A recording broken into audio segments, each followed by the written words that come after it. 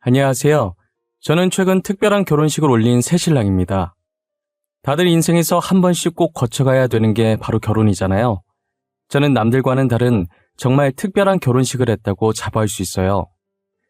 제가 아내를 알게 된 건 아내의 언니, 즉 제 처형 덕분인데요. 처형은 저와 고등학교 동창으로 예전부터 알고 지내던 지인이었어요. 사실 처형이 된 도연이와 저는 한때 매일 붙어 다녀서 주변에서 사귀냐고 소문이 날 정도로 친했었죠. 그러다 도연이가 일진 친구와 크게 다투는 일이 생겼고 덩달아 친구들과도 사이가 금세 멀어지고 말았습니다. 야, 너 입 함부로 놀리고 다니지 마. 재수없으니까. 저기 미쳤나? 야, 너 말 다 했어? 이거 진짜 정신 나간 놈 아니야. 네 일도 아닌데 네가 왜 신경 쓰고 난리야? 그럼 죄 없는 친구 괴롭히는 게 정상인 거냐? 내가 애를 때리기로 했어. 뭘 했어? 나 아무것도 안 했어. 없는 말 지어내서 소문내고 다녀놓고 아무 말도 안 했다고? 너는 진짜 상종할 가치가 없다. 너네도 얘네랑 같이 다닐 거냐? 그래. 그럼 그렇게 하던지 말던지. 요즘 애들 말로 하면 일진이라고 하죠. 같이 지내던 친구들 중에 소위 말하는 일진 짓을 하고 다니는 애가 한 명 있었어요. 그 애는 죄 없는 애들 괴롭히고 다니는 게 일상이었고 그 당시 도연이는 항상 그 친구를 마음에 안 들어 했었어요. 일진 친구는 이번에도 헛소문을 내면서 한 아이를 괴롭히고 있었고 결국 참다 도연이가 폭발을 해버린 거예요. 성격이 불의를 보면 못 참는 성격이었던 도연이는 일진 친구에게 당당히 맞서 싸웠고 괴롭힘을 당하던 친구의 편에 서고 말았죠. 그렇게 도연이를 따라 일진 친구에게 한마디 해주고 싶었지만 속으로만 삭힐 수밖에 없었어요. 왜냐면 일진 친구는 저희 아빠 상사의 아들이라 밉보이면 절대 안 되는 사이였거든요. 그렇게 멀리 지내면서 고등학교 졸업하고도 계속 못 만나고 있었어요. 도연이가 어떻게 사는지 궁금하긴 했지만 소식을 알 길은 없었죠. 아빠의 응원 속에 의대를 입학했고 6년 동안 공부만 했었네요. 시간은 참 빠르게 지나갔고 어느덧 의대를 졸업할 때가 되었죠. 운 좋게 성적이 좋아 인턴 후 성형외과 레지던트가 되었고 전공의 과정을 마치자마자 규모가 큰 성형외과에서 펠로우를 지낼 때였습니다. 병원에서 낯익은 여자의 얼굴이 보이길래 자세히 보니 도연이더라고요. 너무 반가워서 다가가 인사를 했더니 시술하러 온 건 아니고 상담만 받으러 왔다고 하더라고요. 몇 년 만에 봤는데도 몇 년이라는 시간이 느껴지지 않을 정도로 편했어요. 바로 어제 만났던 사람인 것처럼 농담도 하고 근황 얘기도 했죠. 너 최도연 아니야? 땡땡고등학교 최도연 맞지? 헐, 야 오랜만이다. 어떻게 여기서 다 보냐? 그동안 잘 지냈고? 당연하지. 근데 네가 여긴 어쩐 일이야? 너 설마 성형하러 왔어? 딱히 고칠 데는 없어 보이는데? 너 괜히 손댔다고 후회하지 마라. 당장 하려고 온 건 아니고 상담만 받으러 온 거야. 상담만. 성형으로 돈 버는 놈이 하지 말라고 하면 어쩌냐? 저희는 졸업한 지도 오래고 이제 성인이니 예전에 있었던 일은 묻어두고 아무렇지 않게 대화했어요. 굳이 그날 얘기 꺼내면서 우리 이 일은 없던 일로 하자 이런 건 아니지만 이미 지난 일이라 암묵적으로 묻어두기로 하고 누구도 그 이야기를 꺼내지 않았어요. 다들 그렇듯 30살이 훌쩍 넘어가니 친구와 할 이야기가 재테크나 투자 이런 쪽으로밖에 없었죠. 요즘 무슨 재테크를 하고 있는지 혹시 주식은 하는지 이런 이야기를 주고받고 있었어요. 투자 쪽으로 말하다가 자연스럽게 부동산 얘기가 나오게 됐어요. 부동산에 투자해서 돈 버는 애들은 진짜 뭘까? 어디서 정보를 배우는 거지? 나도 부동산 투자 해보고 싶은데. 야, 부동산 얘기 나와서 하는 말인데 너 혹시 부동산 계약권 있냐? 만약에 있으면 하지 마라. 그거 지금 안 하는 게 좋다. 저는 부동산 계약하지 말라는 도연이의 말에 놀랄 수밖에 없었어요. 거짓말이 아니라 당시에 제가 진짜로 분양권 계약을 코앞에 앞두고 있었거든요. 야, 어떻게 알았어? 안 그래도 분양권 계약 앞두고 있는 게 하나 있었거든. 어떻게 알긴. 요즘 하도 주변에서 주택 청약이다 뭐다 떠들어대길래 그냥 물어본 거지. 하여튼 너 그거 지금 하지 마.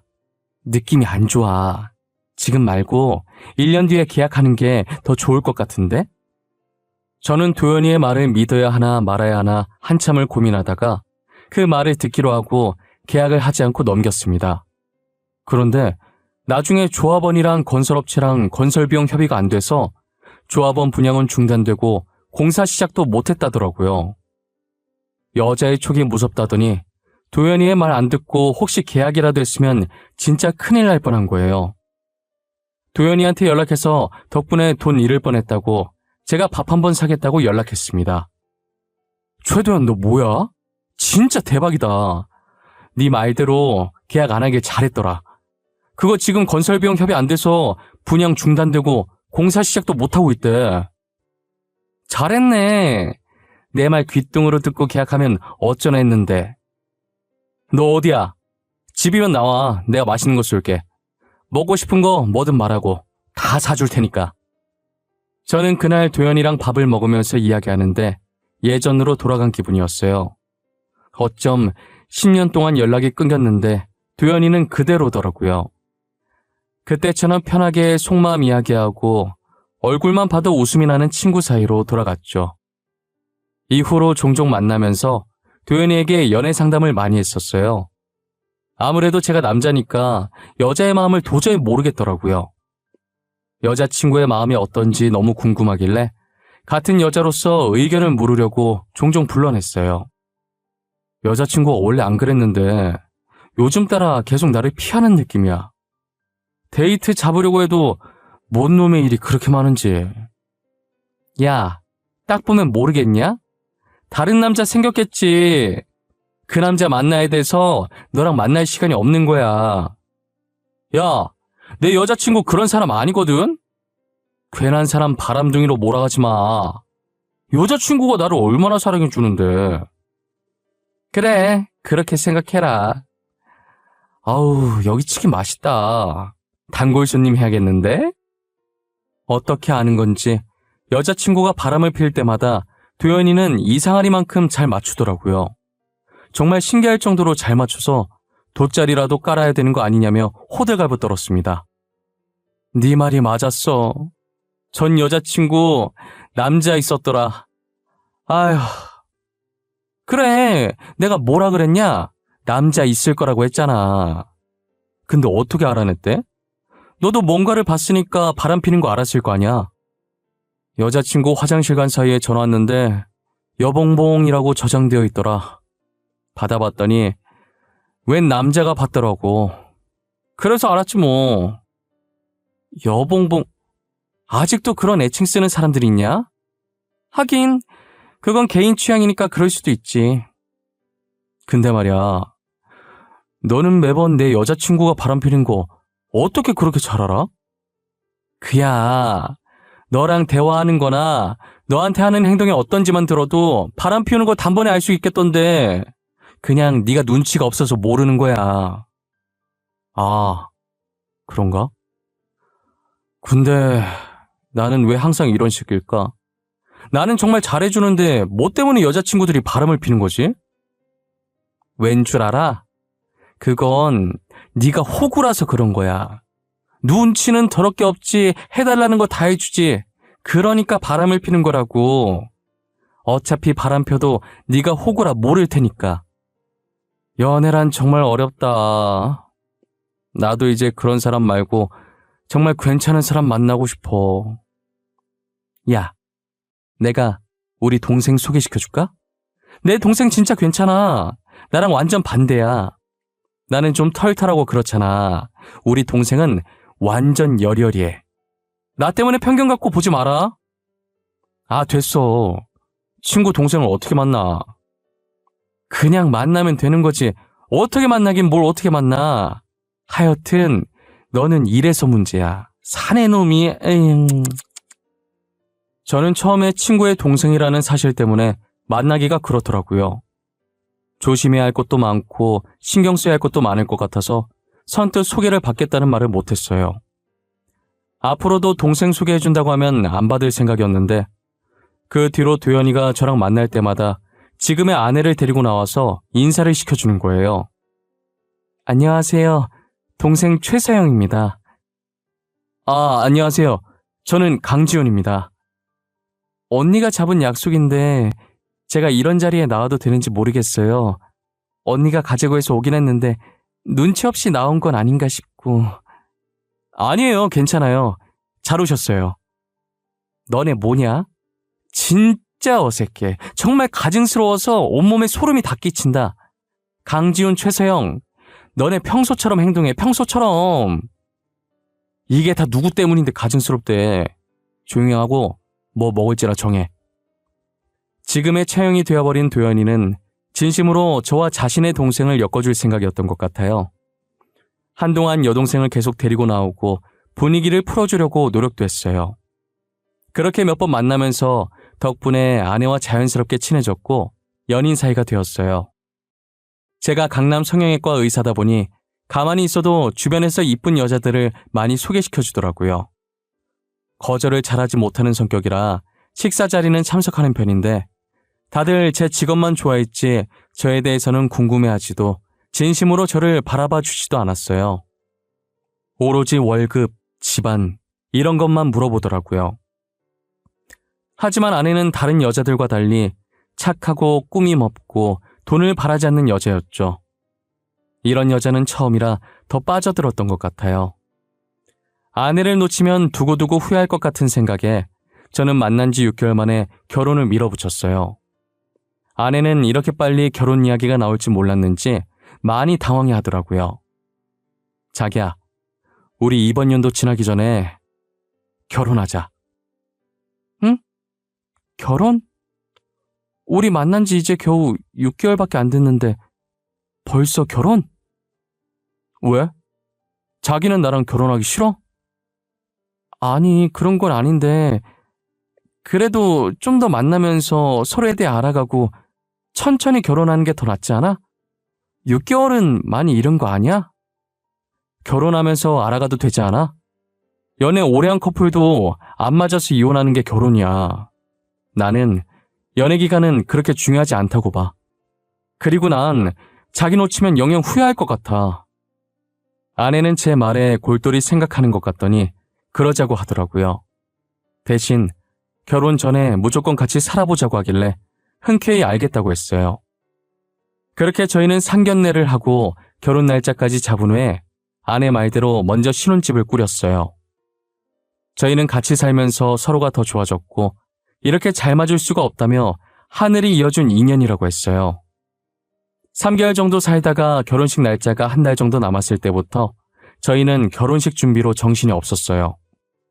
하필이면 저희 병원에 갑자기 예약 환자들이 많이 들어와서 제 근무 시간을 뺄 수가 없을 정도였어요. 할 수 없이 장모님과 아내가 저 대신해서 모든 준비를 해주었어요. 미안해. 단체로 날이라도 잡았는지 갑자기 예약이 많이 들어와서 시간을 뺄 수가 없네. 아니야, 괜찮아. 그래도 한가한 것보다 바쁜 게 낫지. 결혼 준비는 엄마가 내가 알아서 할게. 오빠는 걱정하지 말고 일 열심히 해. 진짜 미안해. 장모님께도 죄송하다고 전해줘. 알겠지? 알겠어요. 진짜 여기 걱정은 하지 마. 괜히 딴 데 신경 썼다가 수술 잘못하면 어떻게 할 거야. 오빠는 병원 생각만 해요. 신랑 없이 혼자 준비하면 서운할 만도 한데 아내는 전혀 서운한 내색 없이 오히려 제 걱정을 했어요.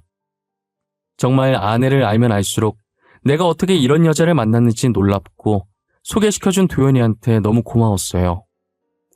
도연이는 무슨 일을 하는지는 모르지만 항상 바빠 보였거든요. 그래도 동생 결혼식이라고 바쁜 시간 쪽에서 틈틈이 저희 결혼 준비를 도와줬어요. 결혼 준비를 마치고 아내가 대뜸 부산으로 여행을 가겠다고 하는 거예요. 요즘은 결혼 전에 신부 친구들끼리 모여서 브라이덜 샤워라는 걸 한다면서 말이에요. 오빠, 이제 결혼 준비도 어느 정도 다 끝났고 나 친구들이랑 부산에 놀러 갔다 와도 돼? 부산? 갑자기 부산은 왜? 사실 요즘 2년 동안 여행도 제대로 못 갔는데 이번에 결혼 기념으로 친구들이랑 가까운 부산이라도 가고 싶어서. 친구가 브라이덜 샤워 해야 된다면서 부산 해변가 앞에 멋진 호텔을 예약해줬거든. 아, 브라이덜 샤워? 그래, 그렇게 해. 이번에 결혼식 준비하느라 힘들었을 텐데 스트레스도 풀고 와. 저는 결혼 준비를 아내 혼자 하게 만든 게 미안해서 흔쾌히 여행을 허락했어요. 아내는 제 허락이 떨어지자마자 이쁜 옷도 사고 갔다 올 유명한 음식점도 이미 알아봤다면서 들떠있더군요. 들뜬 아내의 모습을 보니 그동안 바쁘다는 핑계로 챙겨주지 못한 게 더 미안하기만 했습니다. 그렇게 아내는 캐리어에 가득 짐을 싣고는 해맑게 웃으면서 부산으로 떠났어요. 저는 아내가 잘 노는지 궁금하기도 하고 무슨 일 없는지 걱정되기도 해서 일하는 틈틈이 전화를 해봤는데 서운하게도 연락을 주지 않더라고요. 처음엔 열심히 노느라 못 받은 건가 싶다가도 한편으로는 무슨 일이라도 생겼을까봐 불안한 마음도 들었어요. 그렇게 한참 뒤에 다시 전화를 해봤는데 드디어 아내가 전화를 받았습니다. 왜 이렇게 연락이 안 돼? 무슨 일 있는 줄 알고 걱정했잖아. 아무 일 없어. 잘 있으니까 전화하지 마. 아내는 굉장히 차갑고도 딱딱한 말투로 잘 있으니 전화하지 말라고 하고 끊더라고요. 처음 듣는 목소리에 어안이 벙벙해진 저는 끊긴 전화기만 계속 쳐다봤어요. 그렇게 아내가 돌아오면 물어보려고 그 뒤로 전화를 하지 않았어요. 다시 서울로 돌아온 아내는 제게 언제 그랬냐는 듯이 평소처럼 나긋나긋해졌더라고요. 뭐야? 다시 원래대로 돌아왔네? 그게 무슨 말이야? 원래대로 돌아왔다니? 뭐가 원래대로 돌아와? 자기 부산에 있을 때 내가 전화했었잖아. 그때 목소리 되게 안 좋았어. 친구랑 싸웠었어? 무슨 일 있었길래 나한테 그랬던 거야? 아닌데? 나 친구랑 안 싸웠는데? 아무 일도 없었어. 잘 놀다 왔는데 내가 언제 자기랑 통화했었지? 술 먹고 전화했나? 기억이 안 나네. 저는 아내에게 그날 일을 물어봤는데 아내는 저와 통화했다는 것 자체를 기억 못하는 듯했어요.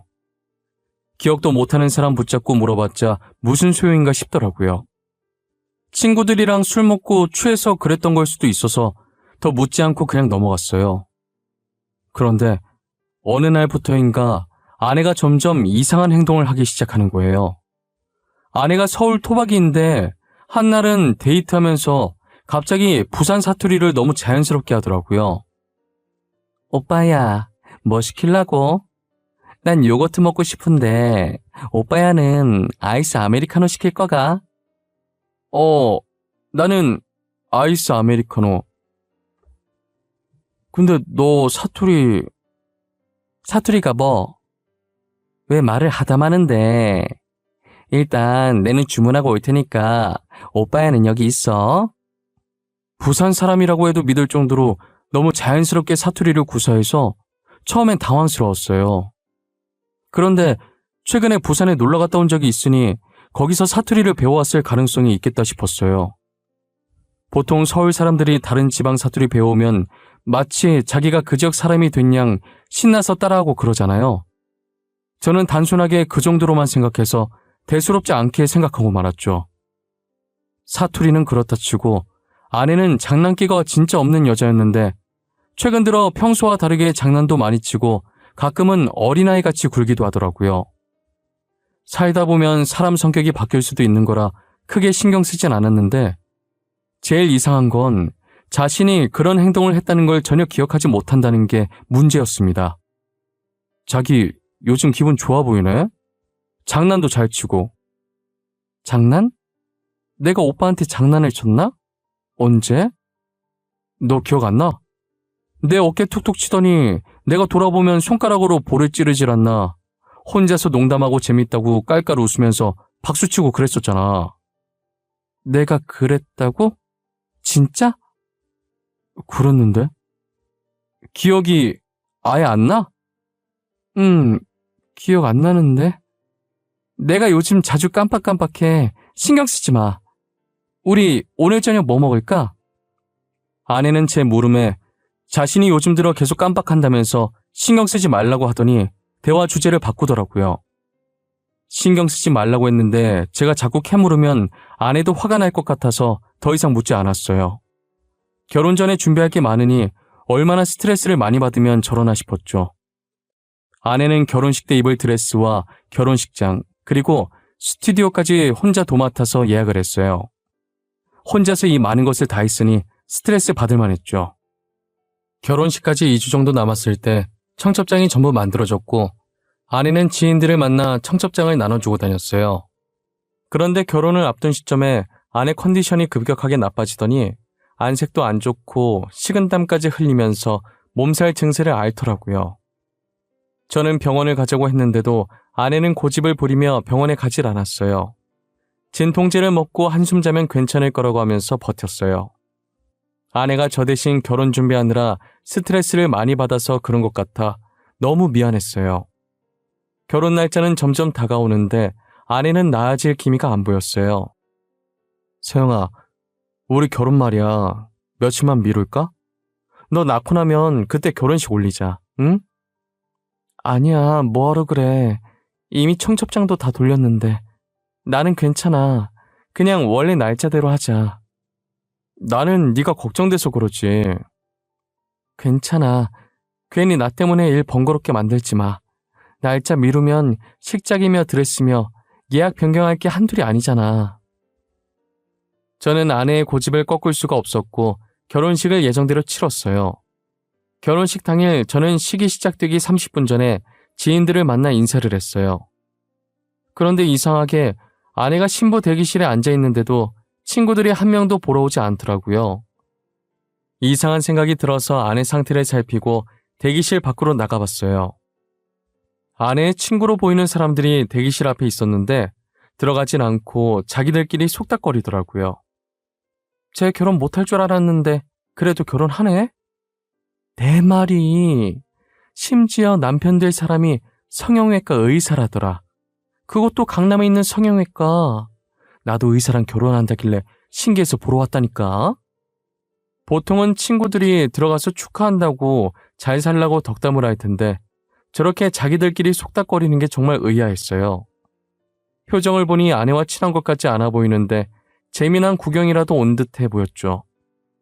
저는 얼핏 들리는 대화 내용에 얼굴을 찡그리며 그들을 쳐다봤어요. 뒤에 있던 장모님을 발견하게 됐는데 장모님이 그들을 붙잡고 있더라고요. 어머, 너 주은이 아니니? 살을 왜 이렇게 많이 뺐어? 못 알아볼 뻔했잖니. 아유, 어머니도 참 그 정도까진 아니에요. 아니야, 진짜 많이 빠졌어. 길거리에 마주쳤으면 못 알아보고 지나쳤을 거야. 아, 그래요? 아, 그런데 서영이는 어디 있어요? 신부 대기실에 있죠? 제가 서영이 얼굴을 아직 못 봐가지고. 아, 맞다, 다윤아. 너희 어머니께서 김치 보내셨더라. 맛있게 잘 먹고 있다고 전해줘. 역시 다윤이 어머니 솜씨는 보통이 아니셔. 나도 가서 배우고 싶다니까.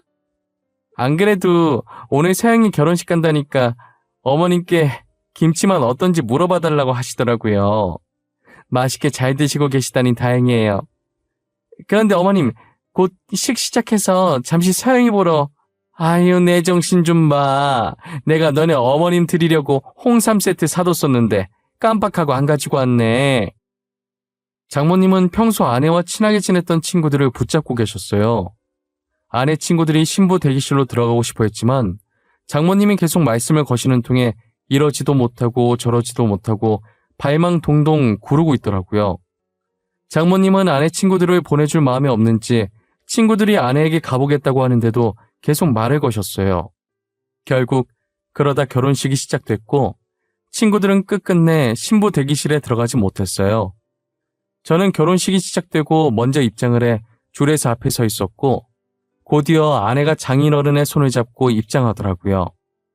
아내는 걸어오다가 제 쪽을 쳐다봤는데 저와 눈이 마주치자마자 갑자기 정신을 잃고 쓰러지는 거예요. 서영아, 서영아, 정신 좀 차려봐. 내 목소리 들려? 오빠, 나 너무 갑갑해. 가까이 가서 아내를 살피는데 아내가 동공이 풀려있고 다행히 숨은 쉬는데 답답한 듯 가슴을 움켜잡더라고요. 그러다 갑자기 식장문이 열리더니 빨간 옷을 입은 무당이 등장하는 거예요. 장구를 치며 무어라 이야기하는데 그 모습이 흔히 드라마에 등장하던 굿하는 장면과 흡사했어요. 무당이 아내에게 다가오자 쓰러져 있던 아내가 갑자기 눈을 뜨더니 무당을 째려보더라고요. 저는 소름 끼치는 모습에 무슨 일인가 싶었고 하객들도 갑자기 벌어진 일에 수군거리기 바빴어요. 무당은 제 아내를 보더니 대뜸 소리를 지르는 거예요. 썩 꺼지지 못하겠느냐? 남의 몸에 기생하고 있으면 내가 못 찾을 줄 알았더냐? 이빨 빠진 호랑이인 줄 알았더니 신발이 다시 돌아왔나 봐. 꺼지라는 내 말이 들리지 않는 것이냐? 당장 썩 꺼지래도! 아내는 몸을 일으켜 아이처럼 웃다가 갑자기 정색을 하더라고요. 그러더니 도망치려는 생각인지 아내를 잡고 있던 제 팔을 깨물었어요. 결혼식은 난리가 났고 수군거리던 하객들도 신기한 듯 이쪽을 보고 있더라고요. 자네, 서영이 놓치면 안 돼. 꽉 붙들고 있어. 저는 지금 제 앞에 있는 아내가 완전히 다른 사람이 됐다는 걸 직감했어요.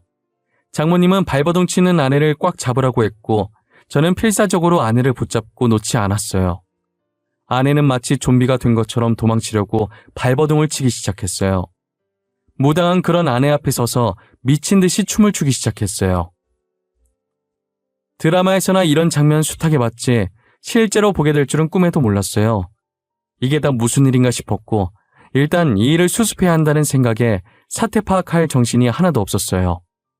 무당이 춤을 2번 정도 추더니 아내가 픽 하고 다시 쓰러지더라고요. 서영아, 눈 좀 떠봐. 강서방, 내가 미안하네. 아내가 쓰러지자 장모님이 저한테 사과를 하길래 이 상황이 이해가 가질 않더라고요.